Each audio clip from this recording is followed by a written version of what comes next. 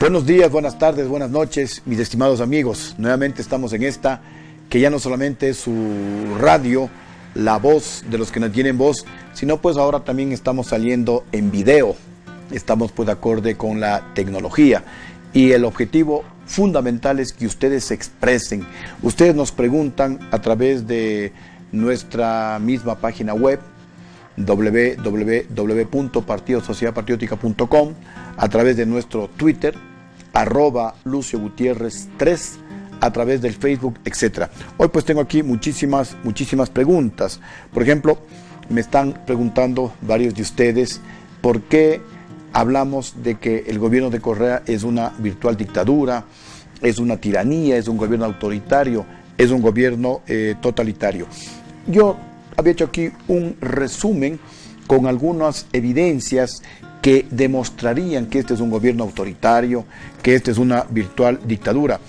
Para comenzar, este gobierno, en enero del año 2007, con el decreto ejecutivo 002, posterior al 001, de enero del 2007, como yo lo manifesté, y que es obviamente para posesionarse del cargo de Rafael Correa, con el decreto 002 llama a consulta popular, o llamó a consulta popular para la Asamblea Constituyente de Montecristi, y envió directamente al Tribunal Supremo Electoral, cuando la Constitución vigente de 1998 establecía que previamente debía cualquier proyecto de reforma a la Constitución, y con mucha mayor razón, si se quería cambiar completamente la Constitución, debía pasar ese trámite por el Congreso Nacional.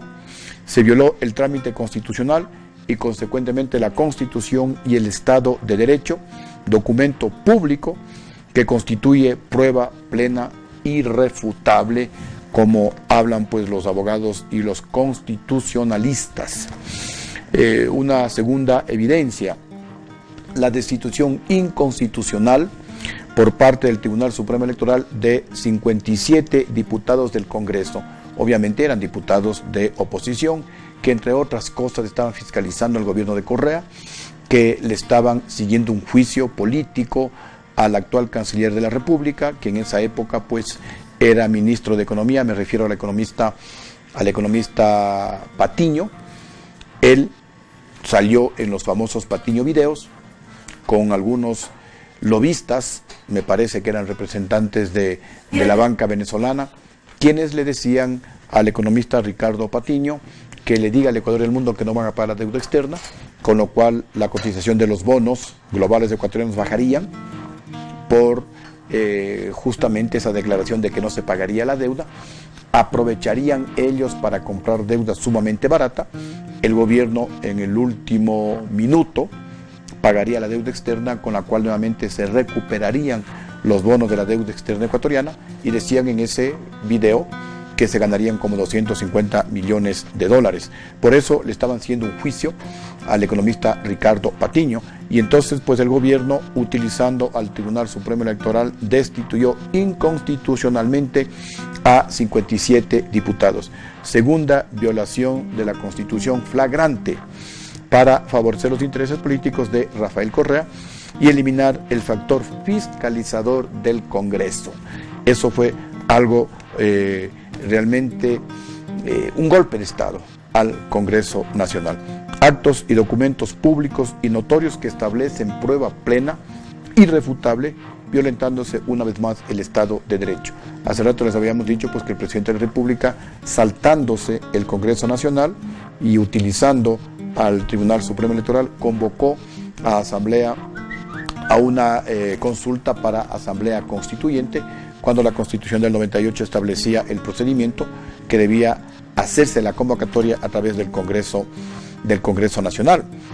Una tercera evidencia, la metida de la mano a la justicia, dicho públicamente por Rafael Correa, reconociendo su injerencia e intervención en otra función del Estado, violentándose también el Estado de Derecho, y a confesión de parte, relevo de prueba. Por intentar sacar, como decía la gente, una extremidad, terminó metiendo la otra, al decir nuevamente en declaraciones públicas y notorias metí la mano para mejorar la justicia, ratificando torpemente su injerencia e intervencionismo en otra función del Estado, ratificando su violación constitucional y la pérdida del Estado de Derecho en el Ecuador. Una cuarta evidencia: el Tribunal de Garantías Constitucionales se autoprorrogó en funciones, cambiándose de nombre a Corte Constitucional, sin tener facultades jurídicas para ello, por parte de los aliados de Rafael Correa, para seguir favoreciendo sus objetivos políticos, como el de perpetuarse en el poder mediante la reelección indefinida, otra violación a la Constitución y al Estado de Derecho. Por acá tenemos una quinta evidencia de lo que ustedes me están preguntando a través especialmente del Twitter, @LucioGutierrez3. Recordamos lo que es público y notorio, que se denunció, nunca se aclaró, pero hubo la denuncia de que algunos artículos que fueron pues puestos a consideración del pueblo ecuatoriano en el referéndum no se habrían aprobado en Montecristi, y por lo menos pues aquel congresillo, el procedimiento para el congresillo, eso sí fue público y notorio, no fue aprobado por todos los asambleístas constituyentes, con lo cual pues se estaría nulitando la aprobación de la nueva Constitución. Se violó una vez más pues la Constitución y el Estado de Derecho. Una sexta evidencia: la Constitución de 1998 en su artículo primero define al gobierno de Ecuador como republicano, presidencial, electivo, representativo, responsable, alternativo, participativo y de administración descentralizada. En la Constitución del año 2008, si ustedes miran el primer artículo, se eliminó la palabra alternativo, con lo cual también se demuestra que desde el inicio mismo ya tenían en mente, como lo habíamos denunciado en muchas otras ocasiones, la reelección indefinida. Con esto se demuestra lo que siempre nosotros mencionamos, que el socialismo chavista del siglo XXI es un modelo extranjero, es un modelo autoritario. Esto pues sigue los lineamientos del Foro de Sao Paulo y por eso quieren perennizarse en el poder.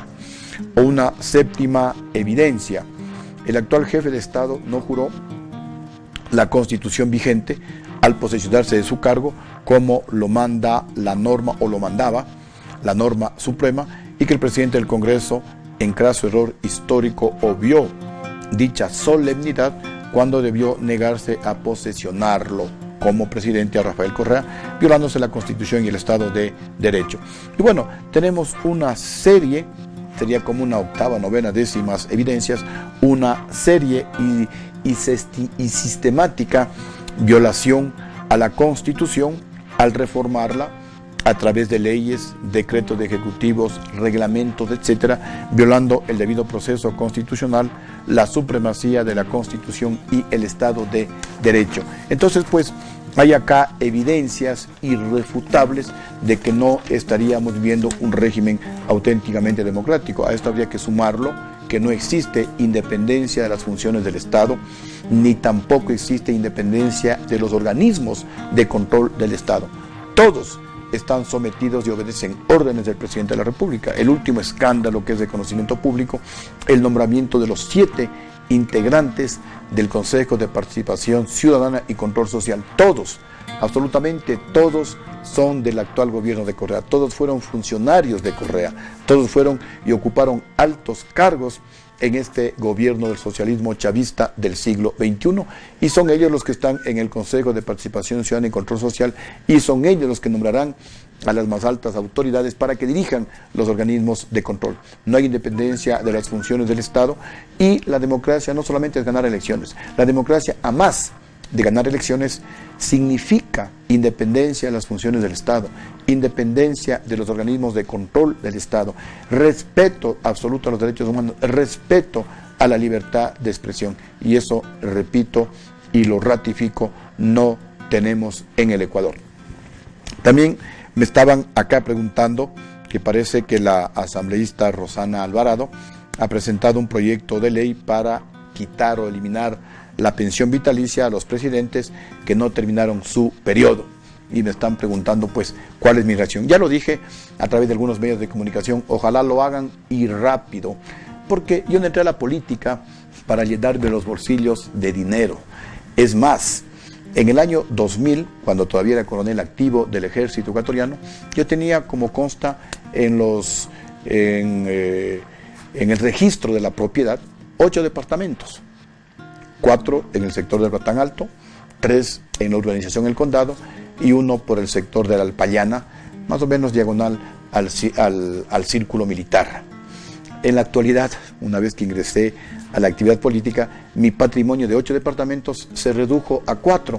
Y todo esto, pues repito, se lo puede comprobar en el registro de la propiedad. ¿Por qué? Porque la actividad política, cuando se la lleva con manos limpias, cuando se la lleva con verdadero amor y servicio al pueblo ecuatoriano, pues obviamente la actividad política no solamente que es dura, porque uno tiene que estar lejos de la familia, no solamente que tiene riesgos, porque hay que recorrer el país de día y de noche, viajar por tierra, por aire, muchas veces por río y también por mar, sino que también exige un costo económico fuerte, y yo lo he hecho pues como un esfuerzo, como una contribución a esta lucha cívica y patriótica en busca de mejores días para todos los ecuatorianos.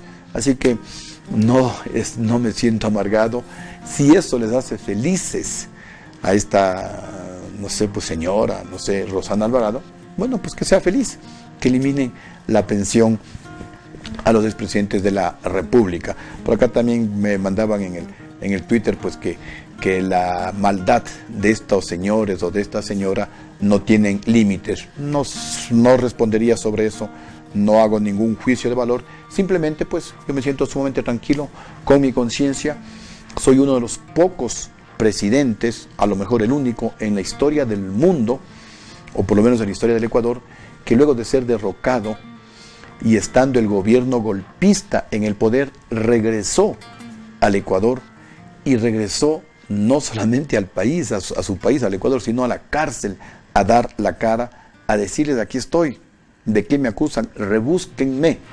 Pasé 6 años injustamente preso y no pudieron demostrar absolutamente nada. Repito, con gobierno golpista en el poder, con gobierno golpista en el poder, que a través de la Contraloría, que a través de la Fiscalía, que a través de la Justicia querían de alguna manera justificar el golpe de Estado en contra de Lucio Gutiérrez, que jamás lo pudieron pues justificar, jamás pudieron encontrar absolutamente nada. También me están preguntando por acá qué opina sobre las declaraciones del Papa Francisco. Yo había tomado nota por aquí algunas declaraciones del Papa Francisco. Por ejemplo, el Papa Francisco, en clara alusión a estos gobernantes trasnochados del socialismo chavista del siglo XXI que quieren perennizarse en el poder, les dijo claramente que hay que dejar de lado los liderazgos únicos, y estamos pues más bien en pleno siglo XXI, en donde debe ser un liderazgo colectivo, en donde debe haber un liderazgo horizontal y no pues vertical, como pretenden los que están en el socialismo del siglo XXI, en este modelo autoritario, en este modelo dictatorial. También el Papa Francisco nos dijo: este pueblo ecuatoriano que se ha puesto de pie con dignidad. Es una clarísima alusión a este pueblo heroico, a los ecuatorianos que se han levantado frente a la tiranía para decirle basta al gobierno y exigirle cambios radicales en la forma de administrar los recursos del pueblo ecuatoriano. También pues otra declaración que hizo el Papa Francisco fue: ustedes jóvenes los que tienen que hacer lío, ustedes son semilla de transformación de esta sociedad. Y los jóvenes pues ya han comenzado a manifestarse, y este gobierno ha reprimido a los jóvenes. Varios jóvenes han sido encarcelados, la represión ha sido brutal en contra de los jóvenes estudiantes por reclamar mejores días para ellos y para sus familias y para el Ecuador. Varios jóvenes, no solamente que fueron presos, otros jóvenes fueron obligados y les cambiaron de colegio. Bueno, hay una represión, repito, brutal en contra de los jóvenes, pero los jóvenes pues obviamente, como también lo decía Juan Montalvo, los jóvenes pues son los que tienen que hacerle temblar a las tiranías son los jóvenes estudiantes secundarios, son los jóvenes estudiantes universitarios, en quienes pues nosotros confiamos muchísimo, y ellos, los jóvenes, no van a dar el brazo a torcer, seguirán luchando hasta que haya auténtica democracia en el Ecuador. También el Papa Francisco se refirió, estas son declaraciones en la visita última que hizo al Paraguay. Las ideologías, decía, nos conducen a la dictadura. Completamente de acuerdo con el presidente, con el Papa Francisco. Las ideologías, especialmente estas ideologías totalitarias, autoritarias, conducen a una dictadura. Eso es lo que tenemos prácticamente en el Ecuador. Y eso es lo que pretende este socialismo del siglo XXI. Y por eso administran malos recursos. Yo les he dicho en varias ocasiones a los del gobierno ecuatoriano que la economía no la pueden manejar ideológicamente. La economía tienen que manejarla técnicamente. Y los recursos que se obtengan de ese buen manejo económico, eso hay que invertirlo con filosofía social, eso hay que invertirlo con ideología en beneficio de la gente más pobre del país. Pero cuando se maneja la economía con ideología, como lo ha hecho el gobierno del socialismo chavista del siglo XXI, de Rafael Correa, ahí están los resultados. Mientras en el gobierno de Lucio Gutiérrez, en el año 2004, la economía creció al 9%, exactamente 8.88%, con un precio del petróleo de $18.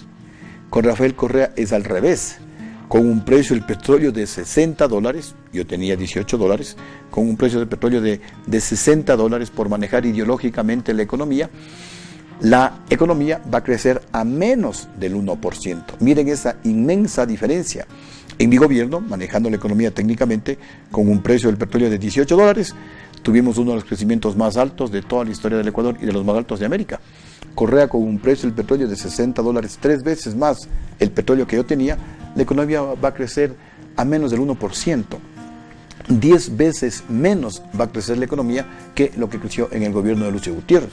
Igualmente, otro dato estadístico irrefutable, mientras en mi gobierno, por manejar la economía de manera técnica, en beneficio de los más pobres del país, la pobreza se reducía a más del 4% anual, la reducción de la pobreza más alta de toda la historia del Ecuador. ¿Cuánto se reduce con este gobierno de Correa? Aproximadamente al 1%. Y eso que este gobierno llegó a tener precios del barril de petróleo sobre los $100. $148 tuvo Correa. Yo me mantuve siempre en el presupuesto del Estado con un precio del barril de petróleo de $18. Todo lo que costaba más de $18 lo ahorrábamos. Y mientras yo, de manera responsable, con ustedes, con el pueblo ecuatoriano, ahorramos cerca de $2.000 millones, este gobierno se ha gastado toda la plata y nos va a dejar una deuda que bordea los $40.000 millones. Y para no irme a los otros gobiernos, con Correa, en el año 2008, la deuda total, la deuda pública ecuatoriana, bordeaba los $8.500 millones. En la actualidad, la deuda está bordeando los $40.000 millones. Prácticamente se ha incrementado 5 veces la deuda.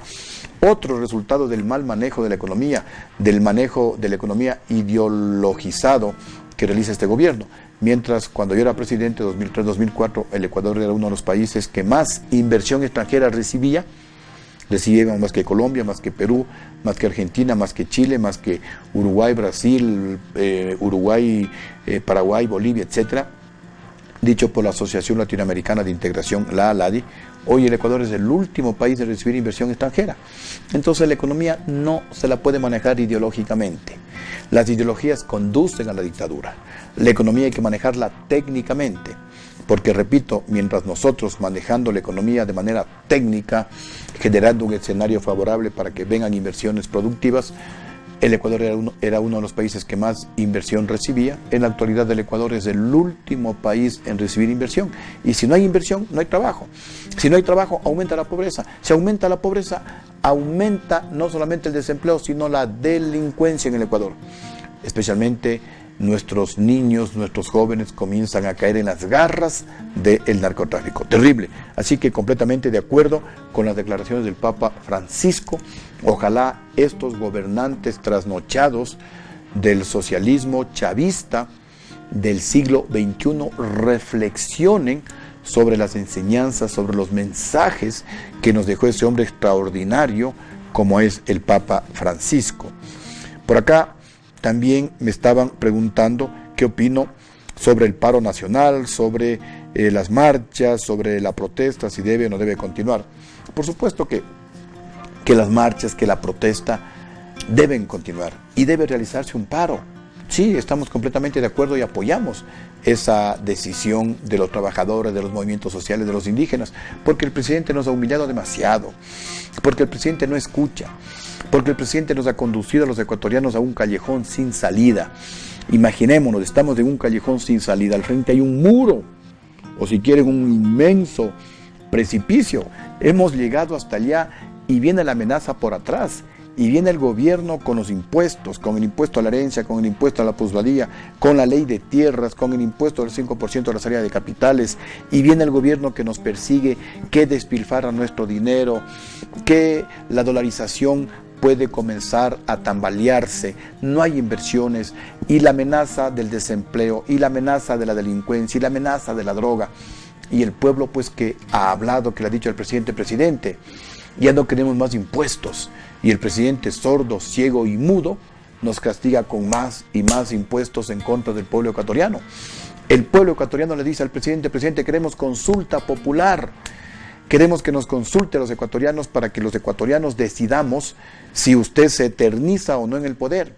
Queremos consulta para que los ecuatorianos decidamos si es que el Consejo Nacional Electoral se integra únicamente por los 5 delegados de Correa, o si a más de los 5 delegados de Correa hay un representante de cada organización política representada en la Asamblea Nacional, para que el Consejo Nacional Electoral sea más transparente, sea más independiente, sea más imparcial y garantice elecciones limpias. ¿Y qué hace el presidente?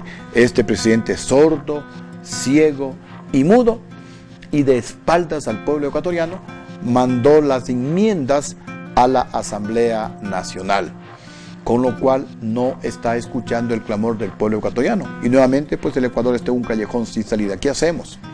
Es una situación de excepción. Y justamente la solución o la salida tendrá que ser también extraordinaria. Porque si el presidente no escucha, ¿qué es lo que está haciendo el pueblo? En todo el país, en todas las provincias, gritando fuera Correa, fuera. Porque el presidente no escucha. Porque el pueblo le dice no queremos más impuestos y el presidente más impuestos. Porque el pueblo dice queremos consulta y el presidente le da la espalda al pueblo ecuatoriano y a través de la asamblea quiere enmendar o quiere reformar la constitución. Entonces el pueblo no tiene más alternativa que seguir gritando fuera Correa, fuera, fuera Correa, fuera, fuera Correa, fuera en todas las provincias del país. Y sigue el pueblo pidiendo rectificaciones a Correa y Correa pues no quiere escuchar el clamor del pueblo ecuatoriano y entonces pues ya se anuncia un paro nacional y habrá que continuar con las movilizaciones y habrá que continuar con la protesta para que este presidente pues cambie de actitud, para que este presidente escuche el clamor del pueblo ecuatoriano. Si el presidente no escucha el clamor del pueblo ecuatoriano, aquí puede haber alguna situación de impredecibles consecuencias, porque el pueblo puede explotar. Es como un volcán que está presto a erupcionar. Si ojalá por ahí hay una válvula de escape, para que disipe la energía del volcán, no se produce la erupción.